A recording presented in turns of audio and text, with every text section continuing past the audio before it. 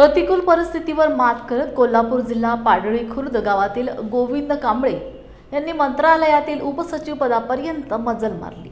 त्यांच्या पदोन्नतीबद्दल एका समारंभात विविध मान्यवरांनी त्यांचा सत्कार करून त्यांना शुभेच्छा दिल्यात। गोविंद कांबळे यांनी डॉक्टर बाबासाहेब आंबेडकर यांच्या विचारधारेतून शिक्षण घेतले। प्रसंगी सायकलीवरून MIDCत नोकरी केली। त्यानंतर स्पर्धा परीक्षेतून मंत्रालयात कक्ष अधिकारी ते गृह विभाग उपसचिव पदापर्यंत त्यांनी अत्यंत मेहनतीने प्रवास केलाय। मी लहानपणापासून अतिशय गोविंद कांबळेंना मी ओळखतो। गोविंद कांबळे आणि त्यांचे बंधू दोन्ही सर्जेराव कांबळे आणि पांडुरंग यांनाही ओळखतो। त्यांच्या आईवडिलांना सुद्धा मी अतिशय जवळून ओळखतो। कारण का जवळून ओळखतो? कारण त्यांच्या दारावरूनच माझ्या घराकडे मला जायला हे लागतं आणि अतिशय त्यांच्या घरातच आम्ही ज्यावेळी आमचं सिद्धार्थ तोरमड होतं त्यांच्या घरातच आम्ही लहानपणाचं आमचे दिवस गेलेत आणि शिक्षण करत असताना शिक्षणाच्या माध्यमातून गोविंद कांबळे अतिशय भरारीचं आमचं त्या लहानपणालाच आम्हाला त्यावेळी ते कळलं होतं। दुसरं गोष्ट म्हणजे ते आईवडील अतिशय प्रतिकूल परिस्थितीमध्ये एक शेतकरी कुटुंबामध्ये त्यांचं जीवन गेलं आणि आई त्यांची एक मोलमजुरी करत होती, वडील एक सिने स्टुडिओमध्ये काम करत होते आणि ही जबाबदारी करत असताना त्यांनी एवढं कष्टकबारी करून सुद्धा मुलांना चांगल्या पद्धतीचं शिकवलं। हे शिकवत असताना सुद्धा गोविंद चांगल्या पद्धतीचे भरारी मारत ह्या उंच शिखरावर आजपर्यंत पोहोचला गेला। दुसरं गोष्ट त्यांनी कराडमध्ये इंजिनिअरिंग कॉलेज करत असताना त्या ठिकाणी MPSC परीक्षेमध्ये त्यांनी यश संपादन करून महाराष्ट्र राज्यामध्ये 4था क्रमांक मागासवर्गीय क्षेत्रामध्ये त्यांनी त्या काळामध्ये मिळवला आणि 2008 नंतर त्या मंत्रालय कक्ष अधिकारी या ठिकाणी त्यांची मंत्रालय मुंबईमध्ये त्यांची नियुक्ती झाली।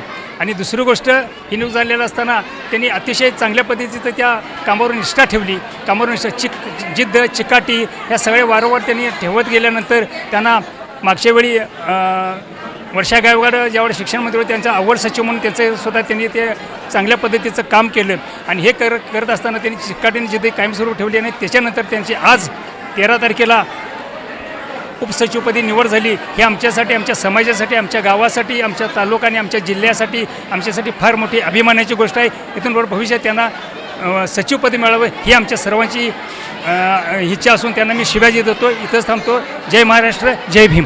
त्यानंतर ते गप बसले नाहीत। त्यांचं एक ध्येय होतं की कलेक्टर व्हावं, परंतु कलेक्टर होण्याअगोदर टप्प्याटप्प्यानं त्यांनी काही पोस्ट मिळवण्याचा प्रयत्न केला। त्यामध्ये शिक्षण विभागामध्ये असणारी कक्ष अधिकारी ही पोस्ट त्यांनी घेतली आणि त्याच्यानंतर त्यांचा जीवनाचा जो आलेख आहे तो वाढता राहिला आणि अतिशय मन मिळावं, लोकांशी प्रामाणिकपणे राहणं या कामाच्या जोरावरती त्यांनी मंत्रालयामध्ये आपली चुरूक दाखवली आणि हे करत असताना त्यांना त्या डेस्क ऑफिसरच्या पदावरून त्यांची बढती पुढे झाली आणि त्यांना आपल्या महाराष्ट्र राज्याच्या तत्कालीन शिक्षण मंत्री वर्षा गायकवाड मॅडम यांनी त्यांना आपला स्वीय सहाय्यक म्हणून नेमलं आणि त्यांना चांगली संधी प्राप्त करून दिली। या संधीचं रूपांतर त्यांनी सोन्यामध्ये करून दाखवलं आणि त्याच्यानंतर त्यांचा जो आलेख आहे तो आणखीन वाढला आणि त्यांना आवर सचिव म्हणून महाराष्ट्रातील मंत्रालयामध्ये त्यांना संधी प्राप्त झाली आणि आवर सचिव या पदावर काम करत करत त्यांनी अनेक लोकांची चांगल्या प्रकारची काम केली, सामाजिक बांधिलकी जपली।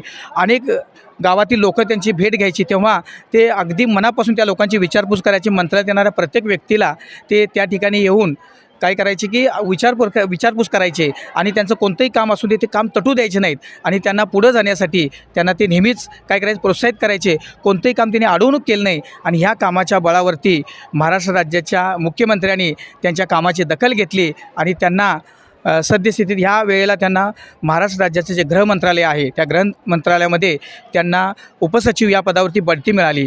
आमच्या पारडी खुर्द गावाचं, आमच्या कुटुंबाचं, आमच्या पंचक्रोशीचं खरोखरच आम्हाला कौतुक वाटतं। कारण का की महाराष्ट्र राज्याच्या मुख्यमंत्र्यांच्या सोबत आमचा हा गोविंद त्या ठिकाणी एक अधिकारी म्हणून काम करणार आहे आणि आम्हाला पारडी खुर्द गावच्या ह्या डॉक्टर बाबासाहेब आंबेडकर मित्रमंडळाला तर त्याविषयी खूप अभिमान आहे, आनंद आहे आणि खरोखरच या पंचक्रोशीतील एक हा तारा खरोखरच आपलं नाव उज्ज्वल केल्याशिवाय राहणार नाही आणि त्यासाठी गोविंद साहेबांना आमच्या सर्वांच्याकडून आम्ही खूप खूप शुभेच्छा देतो आणि या ठिकाणी थांबतो। अछाट आणि अफाट विद्वत्तेचे धनी, भारतीय राज्यघटनेचे शिल्पकार डॉक्टर बाबासाहेब आंबेडकर यांना प्रेरणास्थानी मानून सन्माननीय गोविंद कांबळे सरांनी या ठिकाणी आपल्या जीवनाची वाटचाल केलेली आपणाला दिसून येते। कष्ट हेच भांडवल, जिद्द चिकाटीने आत्मविश्वासच्या जोरावरती आज उपसचिव या पदावरती ते या ठिकाणी विराजमान झालेले आहेत की शेती, माती, नीती, नाती आणि संस्कृती कायम मनात ठेवून त्याने हा विचार पुढे नेण्याचा प्रयत्न केलेला आहे। पाडही गावचे सुपुत्र तसेच इतर पंचकृषीतील सर्वांना एक प्रेरणादायी कर्तृत्व त्यांच्या हातून घडलेलं आपल्याला दिसून येतं. गरिबीमध्ये जन्माला येणं हा गुन्हा नसून गरिबीमध्ये मरून जाणं फार मोठा गुन्हा आहे.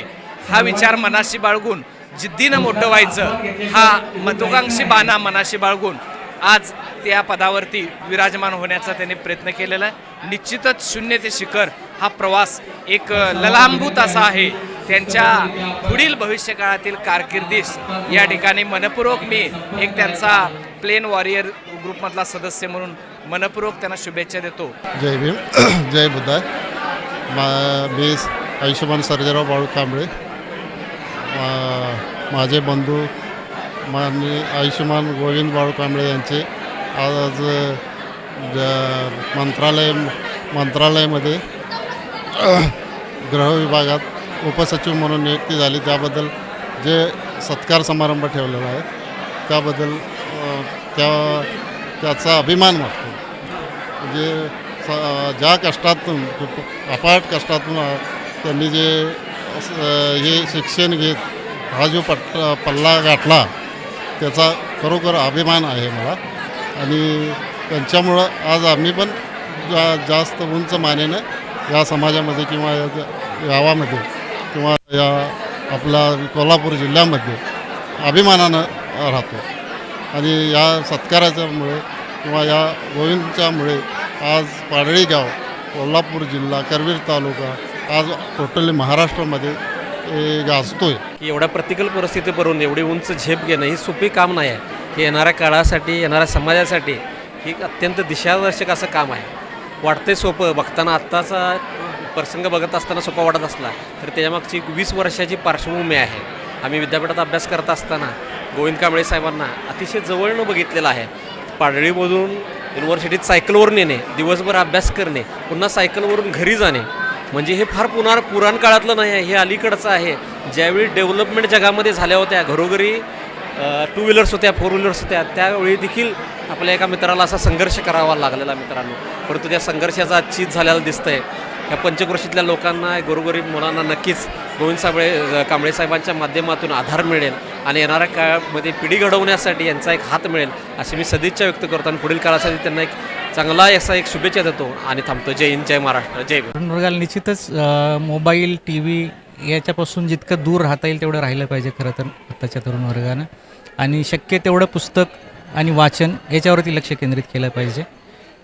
आणि त्यामुळं जेवढं तुम्ही वाचाल तरच वाचाल हे जे आपण म्हणतोय तर ते सत्य आहे. आणि बाबासाहेबांनी पण आपल्याला जे सांगितलेलं आहे की शिक्षण ही एकमेव गोष्ट आहे की ज्याच्या आधारे तुम्हाला पुढं जातील. बाकी तर आपल्या समाज म्हणून आपल्याकडं तशा कुठल्याच गोष्टी नाहीत की ज्याच्या आधारे बाकी काही समाजांना प्रत्येकाला स्वतःचे काही व्यवसाय आहेत जो की कदाचित ह्या समाजाला असा कुठला व्यवसाय नाही जो आर्थिक तुमचं सुबत्ता आणू शकेल. त्यामुळं आपल्याकडं जर एक कुठला मार्ग असेल तर तो फक्त शिक्षण आहे की ज्याच्या आधारे बाबासाहेबांचा जो विचार आहे त्याच्याच आधारे मी पुढे गेलो, चांगलं शिक्षण घेतलं, चांगला अभ्यास केला आणि त्यामुळे मी आज ह्या पदावरती आहे.